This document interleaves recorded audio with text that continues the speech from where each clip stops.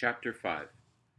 But for all their big talk and threats, the infamous two did not interfere when Jacob Tutu was carted off by two policemen to spend the night locked in the cell below the towering courthouse before being shipped to the abominable children's prison. Jacob Tutu, who was used to being tucked into a warm bed surrounded by his stuffed animals, tried his best to settle down on the bare wooden board in his cold cell. Unable to sleep, he passed the time trying to decipher messages scrawled on the walls by previous prisoners. The most prominent message, printed in red ink, warned, "Beware of the hooded Fang." The who? Thought Jacob Tutu, when suddenly he heard somebody at his high barred window. Psst, psst. Raising himself, Jacob Tutu saw that it was the intrepid Shapiro, among and accompanied by the fearless O'Toole. "We could have accused you," said O'Toole. "Oh, yeah? But child power needs your help," said Shapiro. "Aren't I," asked Jacob Tutu a little sarcastically, "too little to help anybody?" "Oh, no," said O'Toole.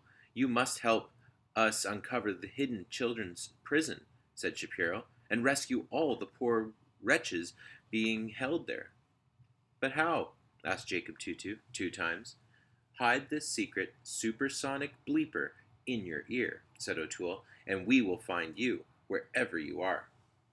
So Jacob Tutu slipped the supersonic bleeper into his ear and was still wearing it the next morning when, blindfolded, he began his long journey to the children's prison, taking a route so utterly confusing as to confounded even the most ingenious of his pursuers.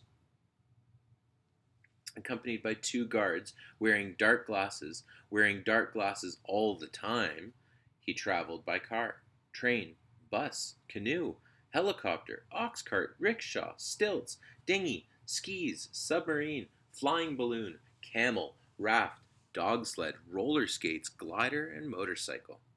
Jacob Tutu's 2 guards on his seemingly endless journey were called Master Fish and Mistress Fowl. "I suppose," snarled Master Fish, "that your daddy loves you?" "Oh, yes," replied Jacob Tutu. "Oh, yes." "Well, I don't, you little stinker. In fact, I think you're perfectly horrible." Jacob Tutu lowered his head. "I can see," sneered Mistress Fowl, "that you're used to being treated kindly. Why, I bet your mother reads you a story before tucking you in at night, too." Jacob Tutu smiled in fond remembrance. He nodded twice. "Well, you repulsive little brat, you just wait until you hear the bedtime stories we read you over the loud speaker system in the children's prison." Jacob Tutu loved stories. "Are they good ones?" he asked hopefully. "Are they good ones?" "They certainly are," said Master Fish, "if you like to tremble in the dark and listen to tales of red-eyed witches." "Or bloodthirsty vampires," said Mistress Fowl. "Or kidnappers, or monsters from outer space." Jacob Tutu shuddered. "The children's prison," said Master Fish, delighted, awaits your pleasure." "But why?" asked Jacob Tutu. "Why a prison for children?" Master Fish was outraged. Mistress Fowl was appalled.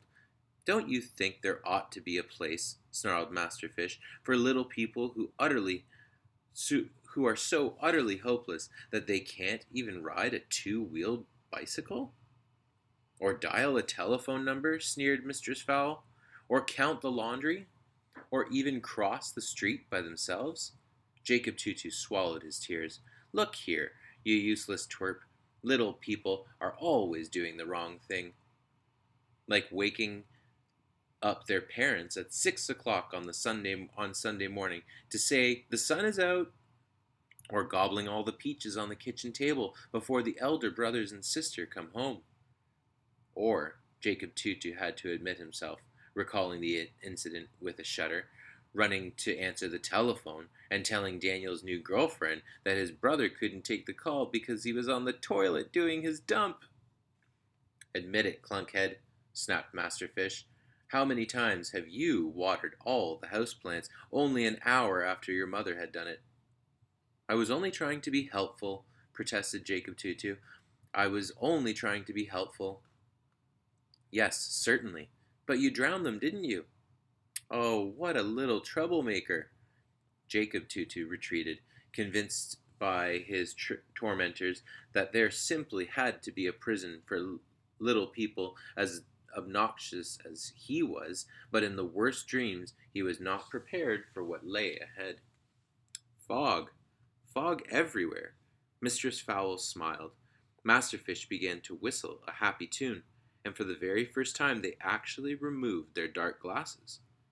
Jacob Tutu shivered. It was so cold.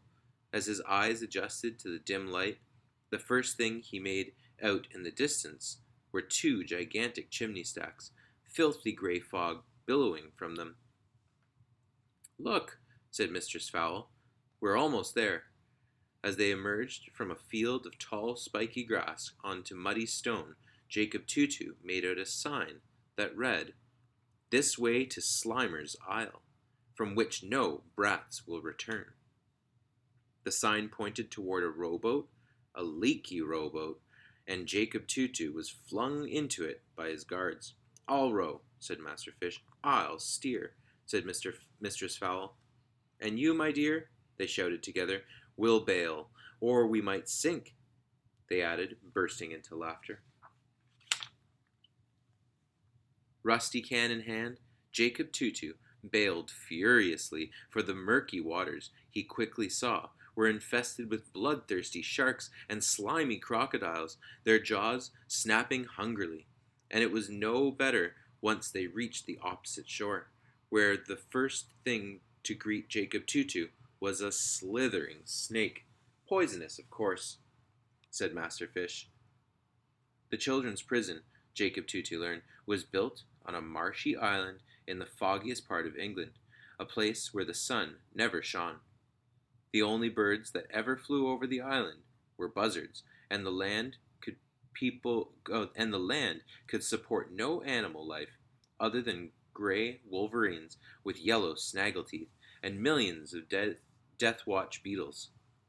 There were no flowers, boasted Masterfish, but nettles thrived everywhere, hiding the quicksand, added Mistress Fowl. The prison itself, Jacob Tutu saw, was built of clammy gray stone. As he approached, its ugly towers, choked with vines that yielded poisonous blackberries, rose gloomily into the never-ending fog. "Home, sweet home," cried Mistress Fowl.